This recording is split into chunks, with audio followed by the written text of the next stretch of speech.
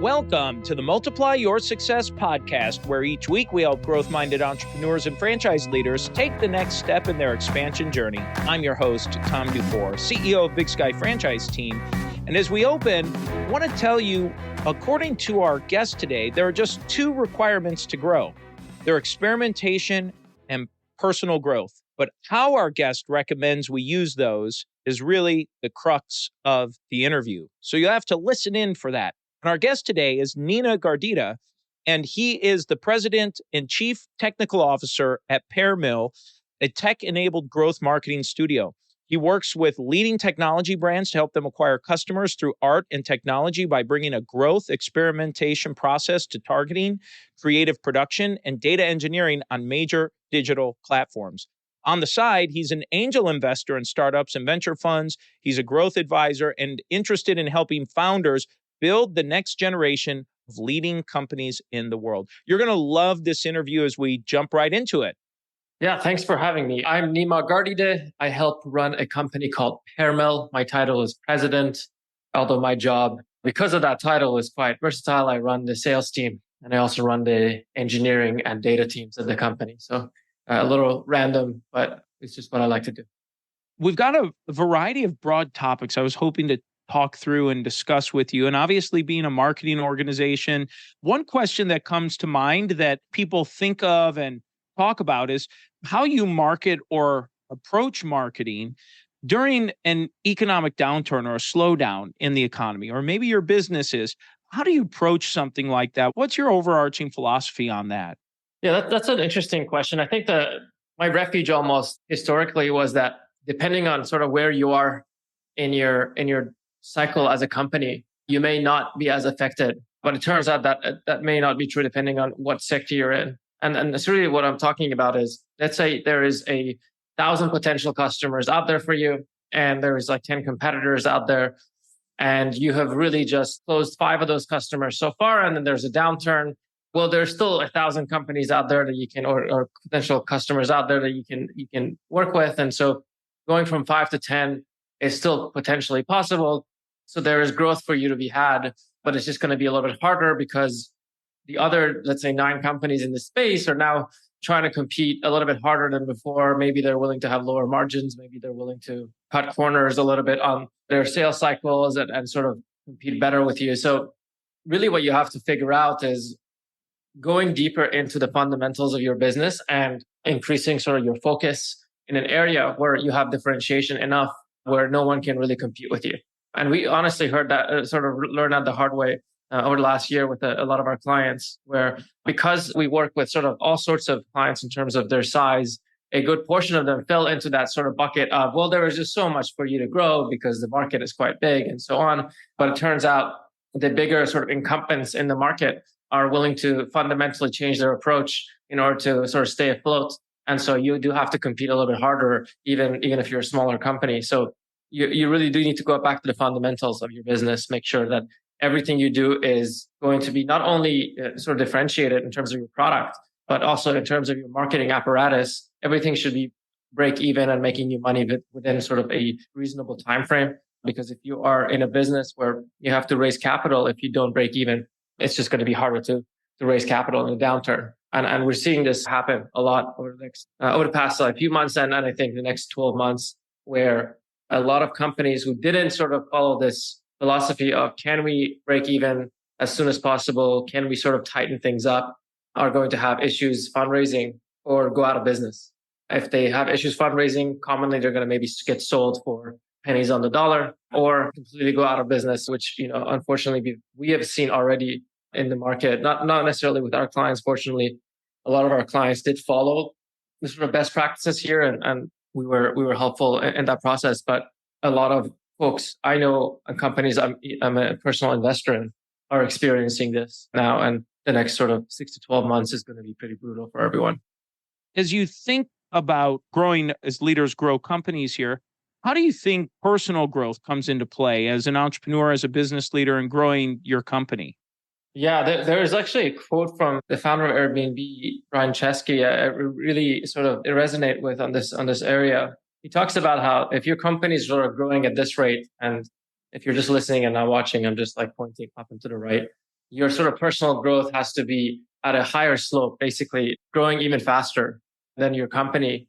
And really, I think the wisdom there is that in order to maintain understanding of your business, let alone sort of managing more people and the more complexity that's introduced into tens or hundreds of people collaborating together to build something and provide a service to customers, you have to also figure out how to fit your business in your mind.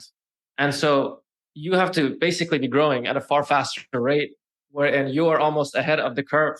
And so you're thinking about the next steps still as a founder, an entrepreneur trying to build a business. Usually, I think depending on your sort of funding class and how you built the company, this actually tends to be a little bit easier for companies that are bootstrapped and companies that don't have to scale at a certain rate.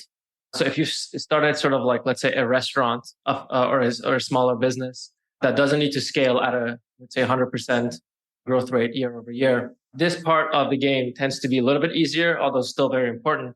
But if you're a founder of a venture-backed company, for instance, where your job is to effectively double, triple the company every few years, and you've gone from being a single or two or three founders in a company to tens and hundreds of people working there, you really, really have to build this muscle of how do I grow with the organization in a way that I, as a founder, am still valuable and making the right decisions. So otherwise, if you had the best intentions for the business, let's say 3-4 years in, there's 500 people working for you and you just seem to not be the right CEO or the right founder anymore to run it. And you had the best intentions, which is sort of trying to continue growing the business and providing value to the investors and the customers that you brought on. Then the best path is to just hire someone to run the business for you, right? Which does happen. And in fact, some of the biggest companies that you experience today went through a similar sort of path because the growth rate was so fast that they couldn't sort of maintain that, or they just were not interested in learning how to operationalize the business. And I think the best like obvious examples are, Google hired Eric Schmidt pretty early on to run the business and as the founders focused on technology. And Mark Zuckerberg from Facebook hired Sheryl Sandberg to operationalize the business and scale it up as he kept focusing on product and engineering. So it is very hard. And I think not a lot of people are capable of it, including myself. I think I'm not sure if you put me in a business that was scaling up 100, 200% year over year for 10 years straight, I would be able to maintain that necessarily. And I think it's a pretty hard endeavor. And imagine a lot of people that end up in these scenarios when they're in their like mid 20s or like early 30s, where really you've just had a few years as a conscious human being on planet Earth. So, you're like, brain is really developed by 26, 27, it seems like. And so it's got to be very hard to do this stuff. I feel quite humbled. I have a few friends that have sort of achieved this where they're running, let's say 2,000-3,000 person organizations and they're in their early 30s or late 20s. And it's just like quite inspiring to see it. But they've just gone through so much work internally to be able to do it. Let's talk about some of the frameworks that you use or that you think about in growing businesses. Yeah, so I come from an engineering background. So I'm a programmer before I became a marketer. So this is probably going to sound a little bit rigid, but it just has worked for us. And my co-founders follow this sort of same philosophy on this. And generally speaking, I would say it's kind of what the Silicon Valley type companies follow, which is basically a framework of experimentation, and not experimentation for the experimentation's sake, but sort of like a scientific approach to attempting to learn about your market enough that you can sort of compound those learnings. With a big caveat that it's not as scientific in the sense that you're not going to get statistical significance on the tests that you're running, but rather there is a process where over time you can compound learnings and understand what works and what doesn't in the specific market you're in and how to sort of scale up your efforts, right? And really what I'm talking about is, let's say you are running ads on Facebook or Meta these days, what it's called. You want to understand what are the pieces of creative that your audience is attracted to the most, and they're most likely to click on them and make a purchase or become a lead or whatever the goal of your campaigns are. In order to understand that, you can't just throw a bunch of ideas at the wall. And if one of them works, you figured it out. Because there's a couple of things. One is that people get bored and tired of seeing the same ad. And there's also sort of machine learning targeting apparatus underneath these things. So when Meta looks at the same ad over time, it's not able to sort of scale it up to the whole population. And so you really do have to continuously produce creative to figure out, to maintain sort of your reach and your, let's say, purchase volume. So really what you want to do is create a process such that as you are running these ads, as you put out ideas, you're able to sort of walk away with not only I got a reasonable cost per purchase, but also I learned that if I have a 3-second hook that talks about this part of the pain point, it seems to me that people are more likely to purchase. And you go through this process over and over again. And over time, you end up with these sort of combinations of approaches that end up working for your audience or for a subset of your audience. For instance, one of the examples I have that I like a lot is a company we used to work with for a few years called Sonder. They're a distributed hotel. And we were helping them through the pandemic because they're a hotel. So they were having a really hard time and they needed to open up a new channel of acquisition for their hotel rooms. And they were specifically going after nurses and doctors that needed to shelter in place, for instance. And we learned that the best way to present their product or inventory of hotels was to showcase that the hotels all had kitchens, that they had pretty large sort of windows, so you felt pretty open in the space. And if there were pools, we also showed the pools. If these 2 or 3 things were in the video, and then we also hit on a few points where it came to the cleanliness of the place, how often things were sort of sterilized and so on, we were able to get very, very great sort of cost per purchases or return on ad spend. And we discovered that through this like long iterative process. It took months to get to what sounds very obvious, but in terms of cinematography, photography, and how to show this stuff, it turned out to be like a very specific way of showing the hotel rooms. And we discovered this through this iterative process. And we do sort of this across other aspects of marketing as well. So this was, let's say, creative production and understanding how creative works, but you can do the sort of apply the same underlying process on what is the right audience to reach given your stage of your company and given the stage of your product and its features. Can you go to the mass market? Is there a niche audience that you should go after first before you get to the mass market? Those can all fall within some sort of an experimentational process where you test out ideas, you put some effort and money behind those ideas, and then use the data that comes back to iterate on them and sort of get better over time. And of course, the thing with experimentation, and this is why it's not scientific in the way that maybe we would like it to be, in that people change, the markets change, the auctions of these ad networks change. And so whatever we discover has a shelf life in our experience. So we might have discovered those sort of factors for Sonder a few years ago, but I bet you if we were running ads again on that market, those things would likely not generalize and continue working. So we have to continuously run this process, but there is sort of some longevity with the ideas that work. And at least we have a systemic approach such that we can learn from the tests and sort of stick to what's been working for as long as those things continue to work. And we usually have some sort of a recurring experimentational sort of approach where we think that this may be continuing to work. So let's just test it again to make sure that it works in the market. And it turns out there's different fatigue rates on ideas and creative. Things get fatigued faster depending on your market, depending on the consumers that you're going after, or it just depends on the sort of overall time of year. There's a lot of factors, but as long as you have this sort of overall process, you can end up learning enough that you can have success. And, for us, we spend, tens of millions of dollars, close to $100 million a year. And this process has worked for us across all of these budgets, across different industries and different markets. So we're pretty confident that such a process works, but honestly, we didn't come up with it, right? It's something that a lot of these companies were using not in marketing, but rather in product development.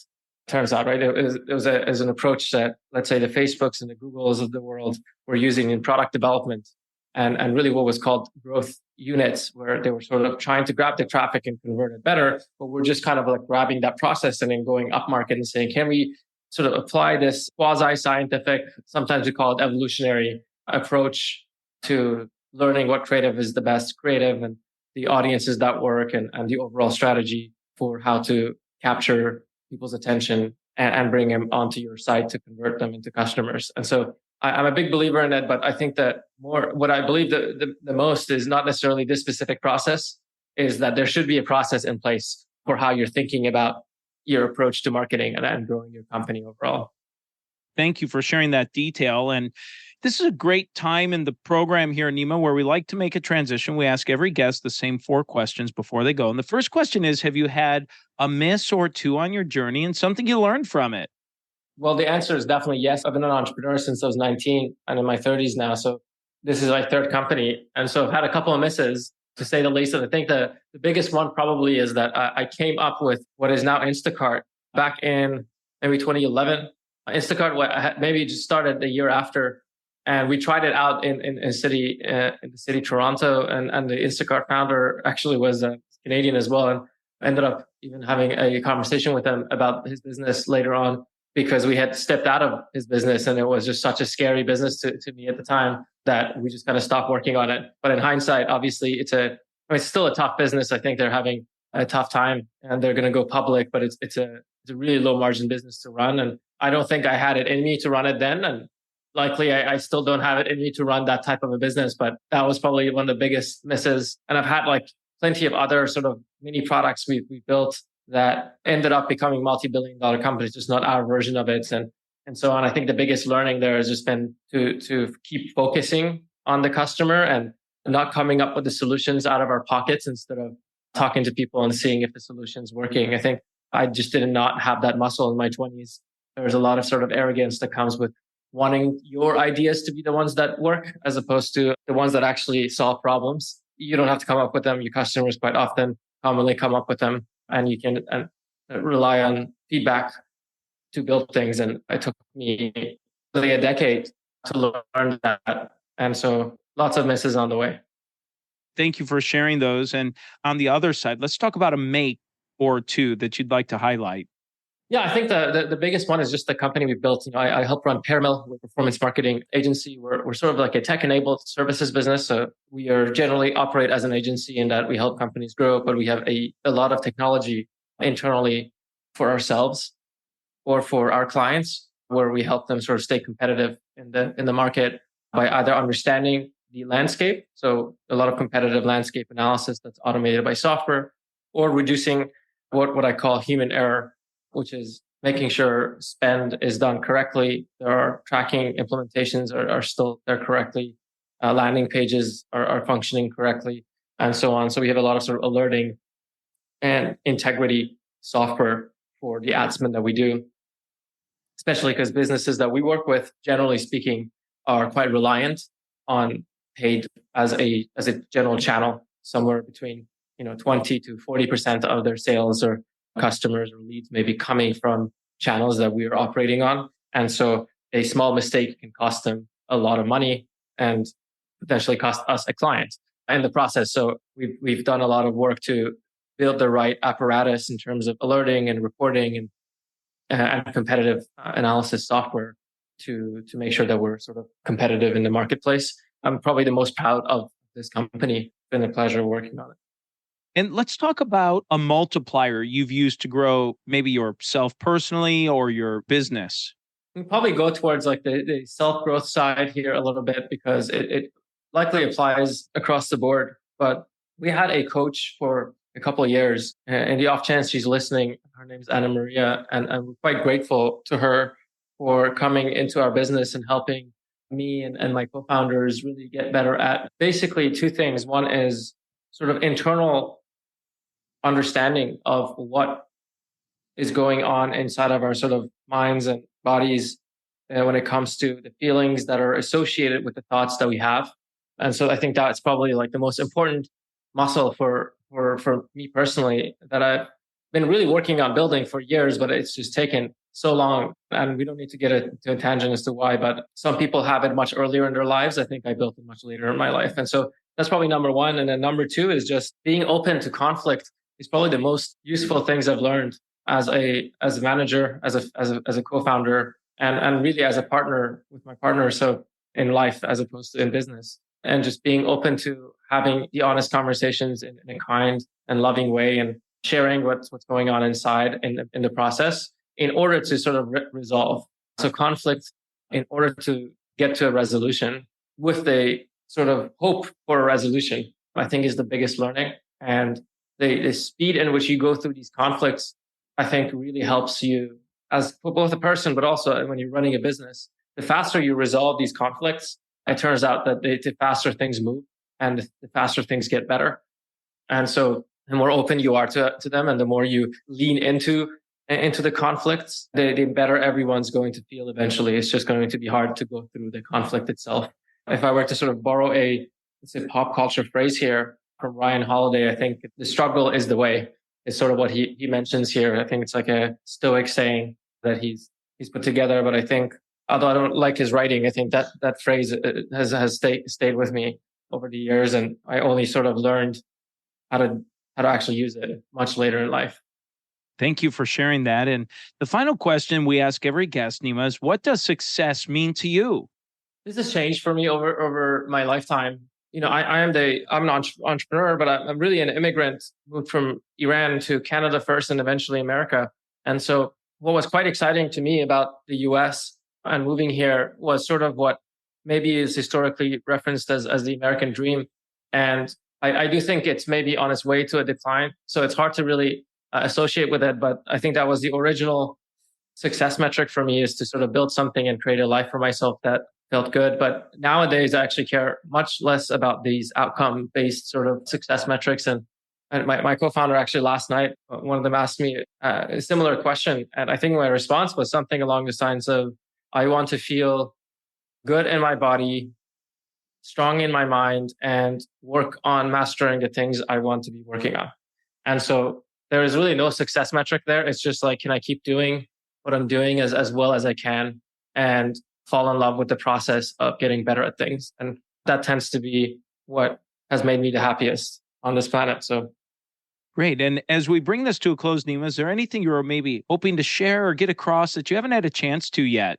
No, I think if you're working on a business, think about this sort of difference between personal growth and your company's growth. I think they tend to be quite important. We deal with a lot of different types of founders running a performance marketing agency, where people come to us and they're looking for all this growth and they're just not ready for it, or because of the sheer amount of stress that comes with growing a company, they've built quite toxic cultures in their companies. And we commonly reject clients when our sort of team raises that as an issue, where they think that the culture in the company is we call them anxious-based companies, where because the founder has not resolved their internal sort of state of mind, they express their anxiety through the organization.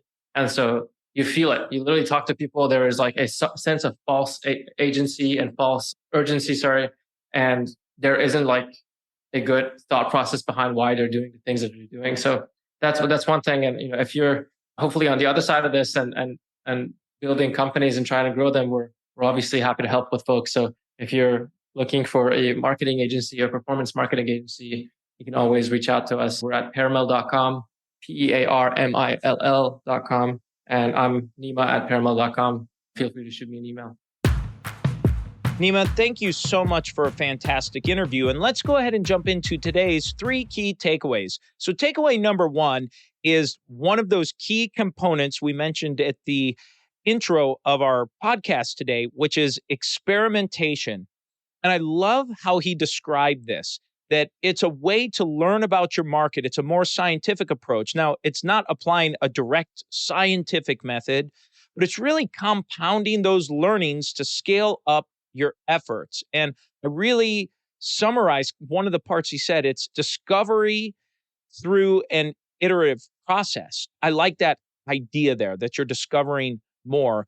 And he said that this experimentation and what you discover has a shelf life. So you've got to continuously be testing and improving, and this recurring experimentation type process. And he said that they're spending almost $100 million a year in marketing to implement programs like this.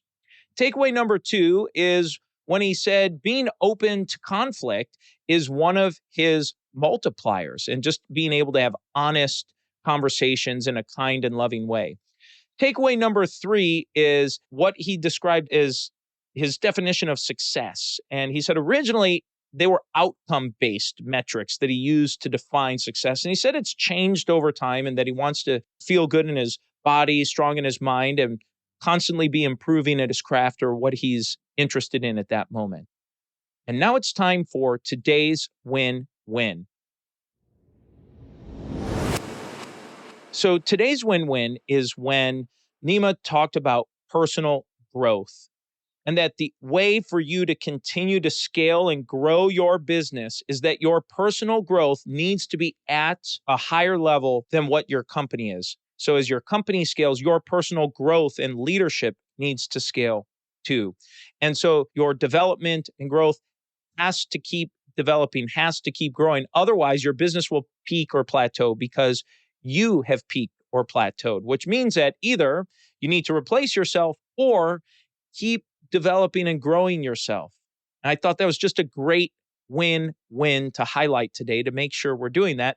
And as a leader of my organization, it's something that I love to do as well. So I have a fascination with leadership development, personal growth. It's part of the reason I ended up going back to earn my doctorate degree and constantly am attending seminars and webinars and presentations and conferences to constantly be gathering a new nugget of information, reading books, doing podcasts like this, listening to podcasts, right? All of these great resources that are available to us. So I just think it's a great little nugget and takeaways that if you're serious about growing and scaling your business, you also have to be serious about growing and developing yourself.